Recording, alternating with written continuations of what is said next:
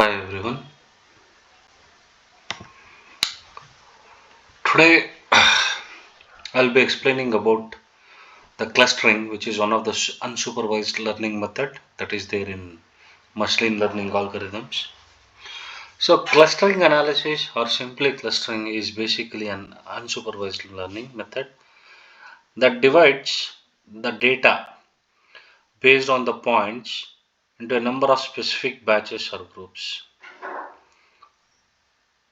so that the data points will be in the same groups that must have or that will have a similar properties, and data points in different groups have different properties in some sense. So if you see, it comprises of many different methods based on different evolution.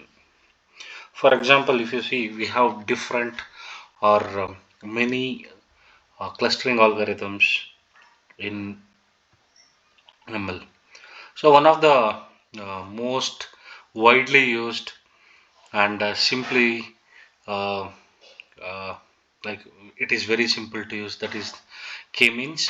So k-means works on the distance between the points, and we have other clustering based algorithms such as affinity propagation, which is nothing but that is based upon the that is like we will have a graph between the data points we will have, and we take the distance between the graph um, to calculate, means to group the data points together. And we have many others like mean shift, Gaussian mixtures, spectral clustering. And today we will be looking out the DBScan. Okay, so why DBScan? Uh, Fundamentally, if you see, all clustering methods use the same approach. That is, first it will calculate the similarities, then it cluster the data points into groups or batches. So, but here if you see, we will be completely focusing on the density based spatial clustering of application with noise. With noise means the data, the data will be containing more uneven patterns. So, in and you can think like clusters are dense regions in the data space, separated by regions on the lower density of points. So the DBScan algorithm is based on this intuitive notion of clusters and noise.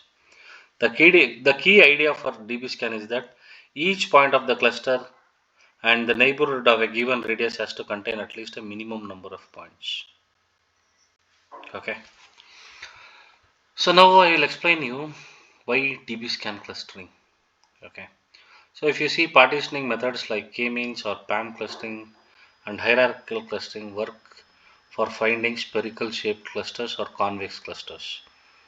So in other words, it means it is suitable only for compact and well separated clusters. Okay. Moreover, they are also severely affected by the presence of noise and outliers in the data.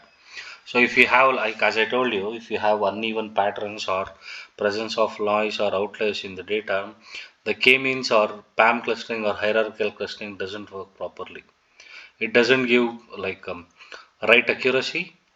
So in the real, if you see in real life, if you ingest data from various sources, we'll have like n number of irregularities, or there will be huge. There are more chances of having noise or outliers in the data. Okay, so for this, if you see, we have put a figure below to show a data set containing non-convex clusters or outliers or noises. For such data, k-means will have difficulties for identifying the clusters. So if you see, so this is the thing. So if you see here, we have more number of noise here. This show there is more noise in the data, and k means not able to cluster these kind of data. Okay. So now DBScan, if you see DBScan is used for clustering which contains more noise and outliers. Mainly DBScan requires two parameters, EPS. The EPS defines the neighborhood around a data point. That is, if the distance between 2 points is lower or equal to EPS, then they are considered as neighbors. If the EPS value is chosen too small, then large part of the data will be considered as outliers. Okay, and uh, the second parameter is minimum points. So, like minimum number of neighbors within EPS radius, and the larger the data set, the larger value of mini points must be chosen. So, as a general rule, the minimum points can be derived from the number of dimension d in the data set. So, minimum points will be greater than or equal to d plus 1. So, it will be like minimum point should be greater than or equal to dimensions, that is d plus 1. Okay, in this algorithm, we'll have like three types of data points like core point, border point, noise or outlier. So, as here a point is nothing but a core point, nothing is but a point, it has more than minimum points within EPS. So, border point means, so if you can see here the border point, a point that has fewer than minimum points within the EPS, but it is in the neighborhood of a core point. So, outlier means it will be completely out of the core point or the border point. So, this image or the picture depicts the border point, the core point, and the noise. Okay, continuing the DBScan. Um, DBScan can be abstracted in the following steps, like like how we can use DBScan in the algorithm is. It will first step is to find all the neighbor points within EPS. Then identify the core points are visited with more than minimum point neighbors. So I will explain you in the implementation like how we'll find uh, the neighbor points with an example.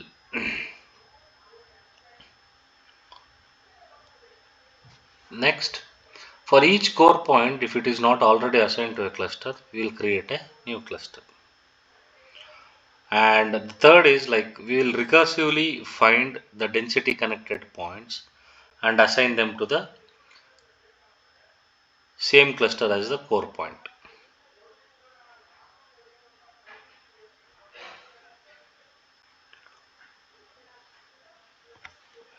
So uh, I I didn't explain about EPS. EPS is nothing but the epsilon. Okay, it is nothing but it is calculating the distance to the nearest endpoints for each point, sorting and plotting the results. So that is EPS. EPS nothing but epsilon. And the last step is like iterate through the remaining unvisited points in the data set, and those points that do not belong to any cluster are known as noise.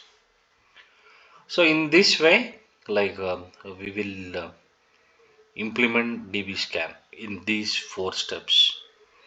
And coming to this one, the main disadvantages of k-means are it forms spherical clusters only, and this algorithm majorly fails when data is not spherical. That is same variance in all directions.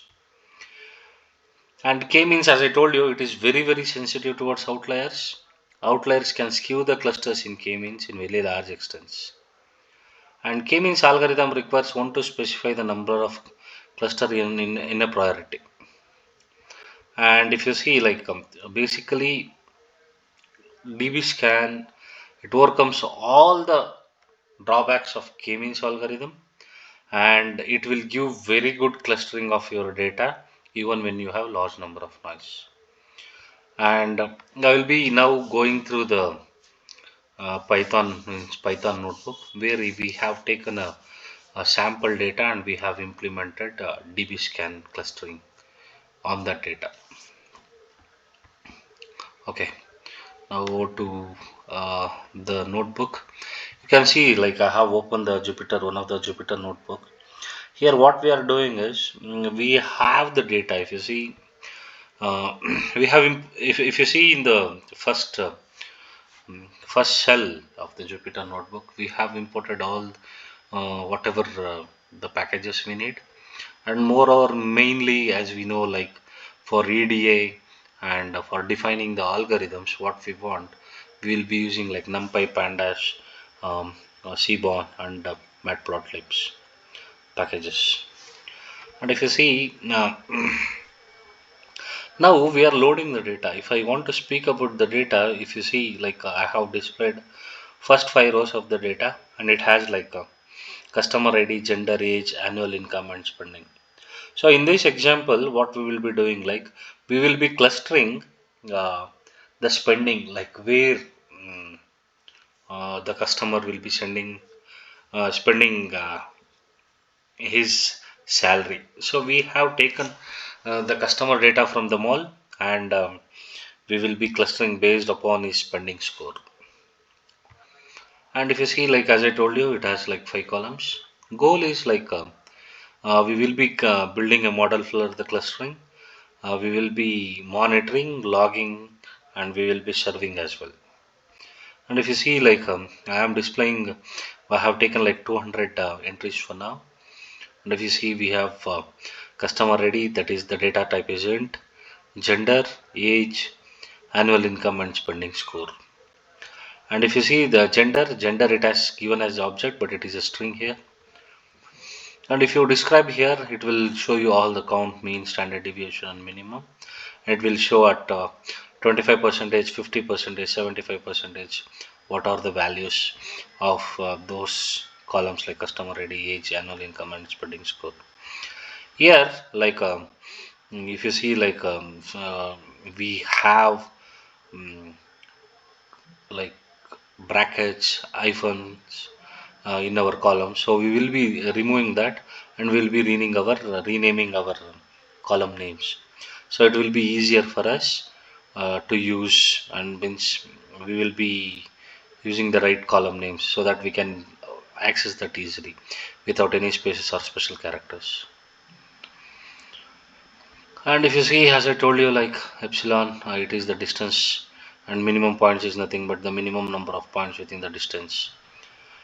And coming to this one, so we, as I told you, like we have the data, and we'll be just passing the data to the DBScan algorithm. So we have the scikit-learn cluster packages. From that, we will be importing the DBScan, and here, like we want minimum samples are 4, and EPS is 3, and we are giving the metric as Euclidean. And here, as you know, like in every algorithm, we'll fit it. We'll take the labels, and we have printed the labels here. And here, if you see, um, like when we started training the algorithm, we started calculating the number of clusters, and we got the number of clusters as 14. And if you see, like if we have plotted those clusters here, like 1, 2, 3, 4, 5, 6, 7, 8, 9, 10, 11, 12, 13, 14. So we'll have like 14 clusters.